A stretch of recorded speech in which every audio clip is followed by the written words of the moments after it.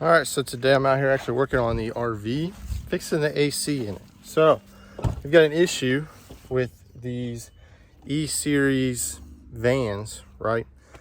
It doesn't really matter model variant. It's pretty much all the E vans where the AC doesn't blow out the vents. It only will blow out the defrost. So it won't go to the like chest vent, or it won't go to the floor. That's due to a vacuum reservoir failing, and that's like buried underneath the dash. So looked at some YouTube videos. There's a way to get to all this stuff and do it without actually tearing the dash apart. So looking in here, this vacuum line right here next to this engine oil service cap, this is a vacuum line that goes and oscillates, I guess, that box to change the direction of the airflow. But we are going to disconnect it. You see that little bit of a red, I can't really see it. It kind of turns red just after this junction. That's one we're going to take off, and we're going to pretty much feed it through where the doghouse is, through this, what's called a doghouse. I didn't know that. I got an RV, but we're going to run that. Got a new box, and we're going to mount this box, this reservoir box, up underneath the dash. We're not going to completely tear this whole thing apart. But pretty much we're putting that in. Got some extra vacuum line and a check valve in order to do this. Pretty simple, under $50 repair, and it should work. Let's see. So I got the doghouse pulled back a little bit. This bolt that I've started taking out right here, we're not going to put back in. We're pretty much going to poke a hole through this insulation right here. We're going to find that red line, and we're actually going to feed it through right here. We're going to take this bolt out. That bolt is what's going to be used to mount this in here, like so. I'm going to sandwich it up there like that, run some extra line with that check valve, and it should be good. Let's see. All right, so before I button everything up, red line to the check valve, black side. Now I had to find that line that we disconnected up here.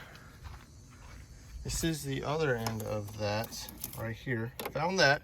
You cut it at the bottom, and you take that connector that you had up top connecting these two originally in the engine bay, slap that on, get you a new piece to the other side of the check valve.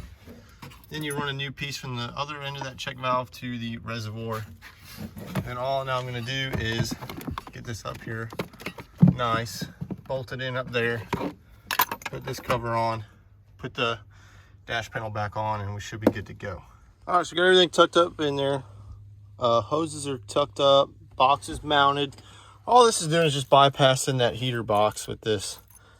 Let's see if it even works, right?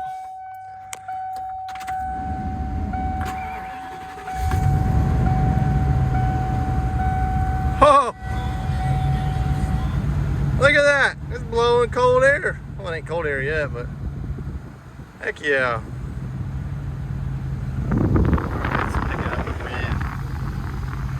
Let's see. Does it have floor vents? Oh, it does have floor vents. Okay. Alrighty, there's max AC, fans on high. Heck yeah. I might need to charge this up. It ain't exactly cold, it's chilled. Yep, now we just gotta put that plate back on and then slap this cover panel over, and we're done. All right, so we got a little bit of this in the shop, just emptied whatever is left in it. Oh baby, ice cold. I'm ready to go camping now. We're ready to go to the racetrack, we're ready to go camping. Man, I'm so happy. All right, good morning. I'm going out to the shop to get some work done. It's like 6 in the morning. Baby and mom are still sleeping. I've been up since like 4. That was the last time we fed them. I just couldn't go back to sleep, so I didn't want to sit there and waste time not being able to sleep. So we're gonna get some work done and maybe start the body today. I don't know, I've got a lot of stuff to do underneath the decking. Like I got new fuel lines coming, I've got a new steering shaft coming. That stuff kind of would be a little bit hard if I had the decking on the car, but I just don't want to waste, you know, time. Yesterday, I took this out to go get gas in it. I drove about maybe 40 minutes just to let it run. I mean, I put some stabilizer and stuff in the fuel cell, and it kind of had like a miss when I bought it on maybe one of the 10 cylinders. It seemed to clean up. Idles are really smooth now. I just think it had some buildup on it from it sitting. But what we did have is I lost a brake pedal. So on the way to this gas station, about 20 minutes away, I noticed when I get on the brakes, it'd pull really hard to the left, you know, just like if we had a right front shut off. And I crawled up underneath of it when I got there. You see that brake rotor there? Yeah, looks like it's getting some use. That one still is like surface rust on it. So I hit the pedal, it went to the floor, pumped it again, got some pedal, and I got it to stop. But there's only one master cylinder. I don't think there's a brake booster on this thing. I looked at it just briefly. So we gotta figure that out. I was gonna do new calipers, pads, and rotors anyways, because it kind of felt like one of them was warped. I could feel it through the pedal.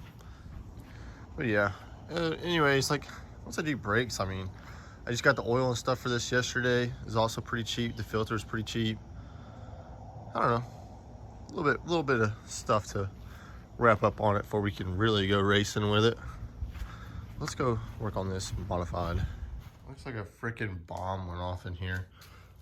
But yesterday, or maybe 2 days ago, cut out the steering shaft. Disconnected this. It was ran up here above the headers, and then so it leaves the steering box, comes uphill, goes downhill a little bit. I put my steering quickener in. That's a 2-to-1 because that's a 8-to-1 box. I had to chop my throttle pedal, so we're gonna have to move that back just to get that to fit in there. But that bracket was already welded in there, which was awesome. But anyways, I have some more U-joints coming because it's kind of coming downhill into that steering quickener, and I'm gonna need to run it kind of back uphill. And then I've got another one to go pretty much make the wheel straight again. So I've got to put a joint there, and then a little bit of a shaft to a heim here. Maybe a joint before the heim, yeah. So a joint to a joint, a heim, and then run it out so I can actually put the wheel somewhere comfortable where it isn't on my thighs. So this is what I was running, if y'all remember from the first race and only race in this car. That's a homemade extension that was on the car. I had to buy that 1-inch extension. I'm trying to get rid of all of that. I'd rather just have maybe just the actual extension or just the sweet hub. But we'll see what happens there. Still need to do some figuring. I've got more slip joints and stuff, but I don't know. This is, got to figure this out because it was very, very uncomfortable. And again, that quickener is probably going to help me quite a bit. Fuel cells fully in, bolted in. I'm waiting on new fuel lines. I just got the car to crank, and then my accelerator pump on the carburetor started leaking. The back side of here. So I got to take this carburetor off, check that out, maybe just tighten that diaphragm plate up or whatever. Everything's kind of just temp installed. Need to go through again, kind of why I'm wanting to wait on the decking, because nothing is zip tied up. But not a whole lot needs to be zip tied.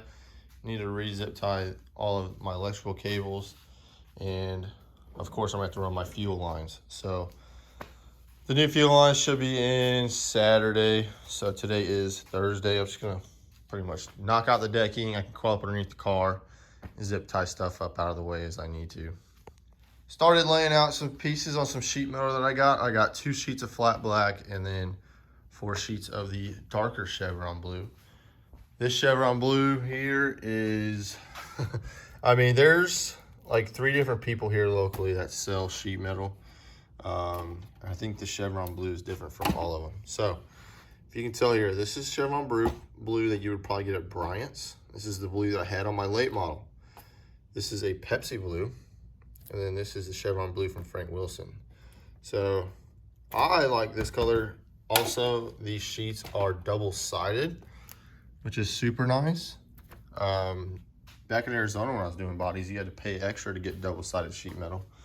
The flat black is also double-sided.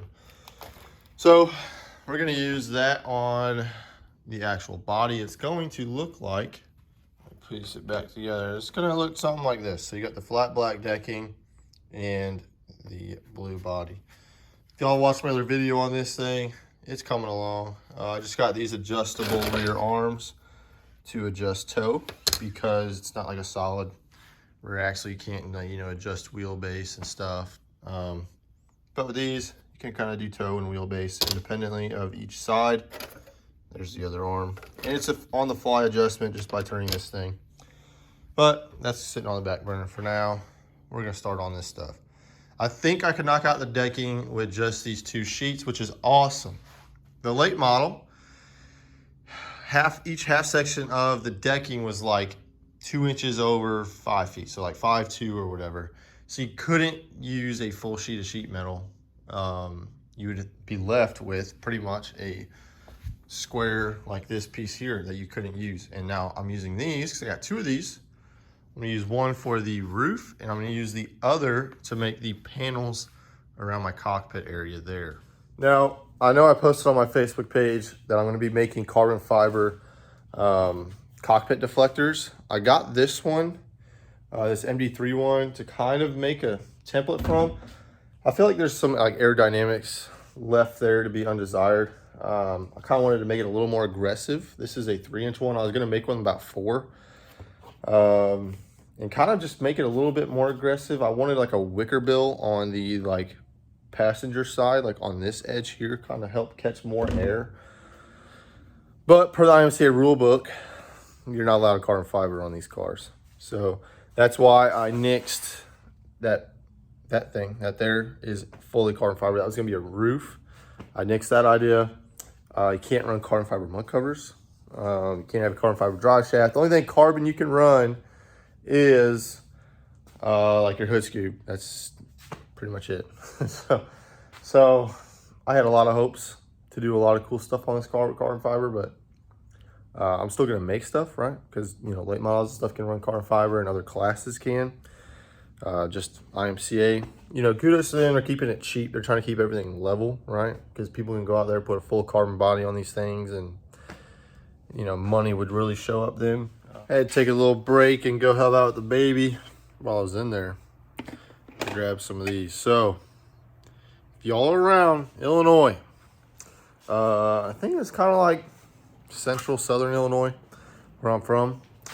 This is called Ski Soda. So if you're like, let's say, racing around Farmer City, Tri-City, Highland, Belle Claire Speedway, I mean, that's just where we were from.